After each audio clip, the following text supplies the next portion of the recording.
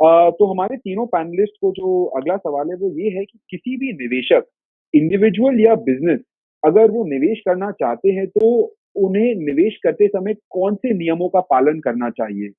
हर्षिता भाभी, इस सवाल का जवाब अगर आप दें तो सबसे पहले तो बहुत अच्छा होगा। ओके, सो इन्वेस्टमेंट्स को जीवन चक्र के साथ समझना और प्लान करना चाहिए अकॉर्डिंग टू मी। एक बच्चे के लिए अलग अलग योजना होनी चाहिए, जब वो पैदा होता है, जब वो टीनेज में होता है, जब वो यूथ में होता है एंड लास्ट में retirement. Again I share a personal experience. जब मेरी दोनों बेटियां पैदा हुई थी, हेजल और हिया, तो काफी लोगों ने गिफ्ट दिए थे, कुछ लोगों ने कैश भी दिया था। Then my father in law said कि जो पैसा है it has to be directly saved and invested. एक रुपया भी खर्च नहीं करना है इसमें से। ये उनकी कैपिटल बनाने में हेल्प करेगा, उनके इन्वेस्टमेंट्स हो जाएंगे एंड फ्यूचर में उनकी बुक्स भी स्ट्रांग हो जाएगी।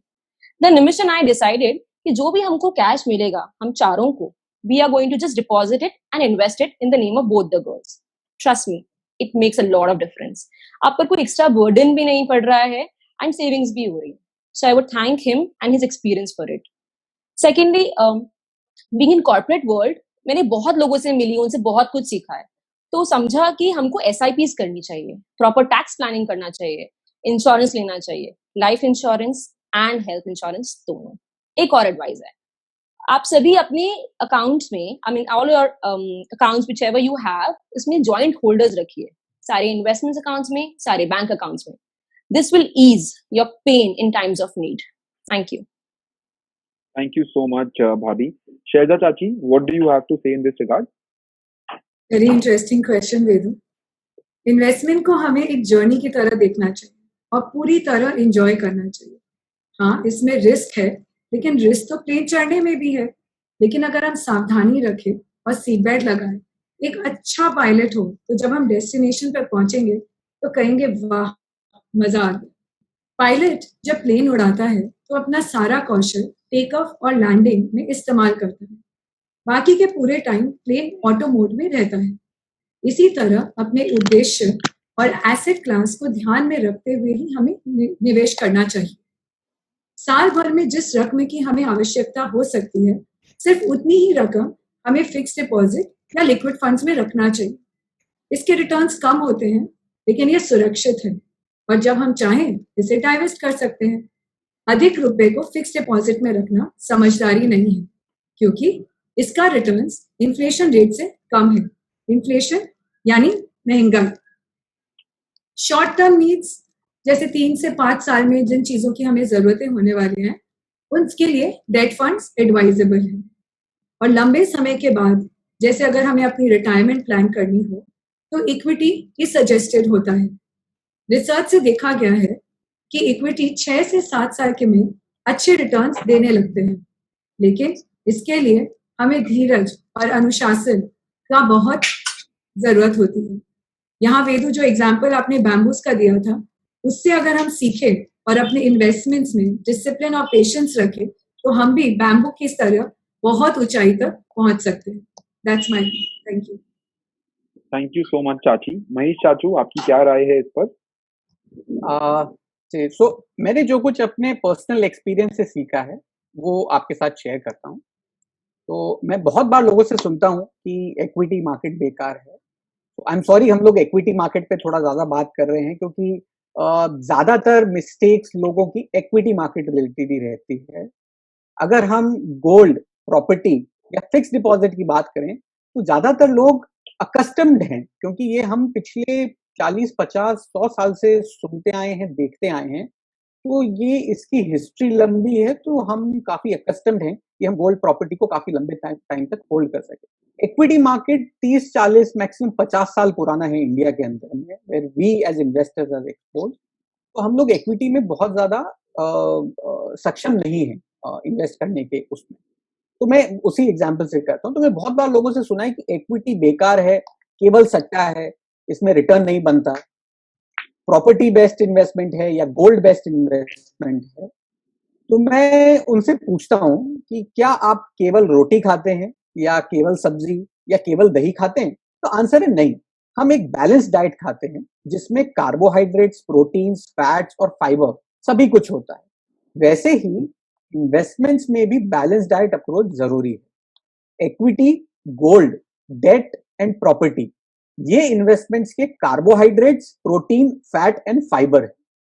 तो इसको हम बोलते हैं एसेट एलोकेशन। आपको अपना पूरा इन्वेस्टमेंट पोर्टफोलियो इनमें डिवाइड करना चाहिए। लेट्स से 100 रुपीज हैं, तो 10 गोल्ड में, 40 प्रॉपर्टी में, 20 डेट में और 30 इक्विटी में। तो इस तरह से आप अपनी रिस्क के हिसाब से पैसे को डिवाइड करके इसमें इन्वेस्ट करें। मोस्टली हम एसेट एलोकेशन को इग्नोर करते हैं। ज्यादातर इन्वेस्टर्स को इसका आइडिया भी नहीं है। लोगों से पूछते हैं कि कहाँ पैसा डालना चाहिए, और अगर गोल्ड में तेजी है तो गोल्ड में डाल देते हैं। जब कोई एसेट क्लास में तेजी हो और हम उसमें उस समय पैसा डालते हैं तो रिटर्न्स बहुत मुश्किल से बनते हैं। एक सिंपल कॉन्सेप्ट है, बाय लो सेल हाई। तो अगर हम तेजी में डालेंगे तो रिटर्न ऑब्वियसली मुश्किल से बनेंगे। तो अगर आप एसेट एलोकेशन के बेसिस पे चलें तो हम हमारे पैसे को प्रॉपर्ली डिवाइड कर पाएंगे, और जब कोई एक एसेट में तेजी आएगी तो एलोकेशन ऑटोमेटिकली चेंज हो जाएगा। लेट्स से आपने गोल्ड में 10 डाला था ना, गोल्ड की वैल्यू अगर बढ़ गई तो 10 का 20 हो गया, तो एलोकेशन ऑटोमेटिकली चेंज हो गया। तो उस समय हमको रीबैलेंस करने की जरूरत पड़ेगी, और रीबैलेंस करेंगे तो ऑटोमेटिकली प्रॉफिट बुकिंग भी हो जाएगी।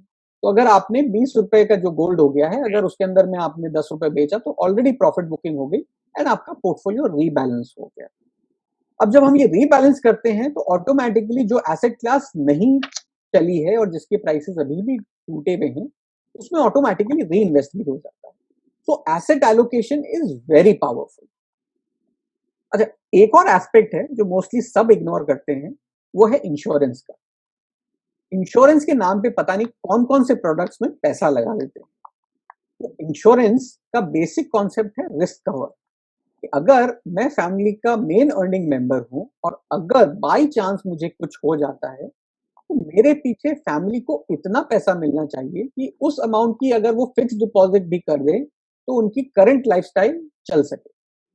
तो 5-10 करोड़ के इंश्योरेंस कवर आज बहुत कॉमन है। हम ज्यादातर इंश्योरेंस ये सोच के नहीं लेते कि अगर मैं मरा नहीं तो ये इंश्योरेंस प्रीमियम जो पे कर रहा हूँ ये तो सारा वेस्ट चला जाएगा, और इसके चलते या तो हम इंश्योरेंस लेते नहीं है, या लेते हैं तो कुछ ऐसा इंश्योरेंस लेते हैं जिसमें ये हो कि हम जिंदा रहें तो भी 40 साल बाद हमें कुछ पैसा मिल जाए। इन प्रोडक्ट्स को बोलते हैं एंडोमेंट या होल लाइफ या यूलिप प्लान। ऐसे प्रोडक्ट्स में हमें नहीं जाना चाहिए। हमें इंश्योरेंस में टर्म इंश्योरेंस लेना चाहिए। Term insurance is the real insurance that you have. तो जैसे मैं अपना एग्जांपल दूं कि मैंने एक टर्म इंश्योरेंस लिया जिसमें मुझे 5 करोड़ का कवर मिला। मतलब अगर कल मुझे कुछ हो जाता है तो मेरी फैमिली को 5 करोड़ मिलेंगे।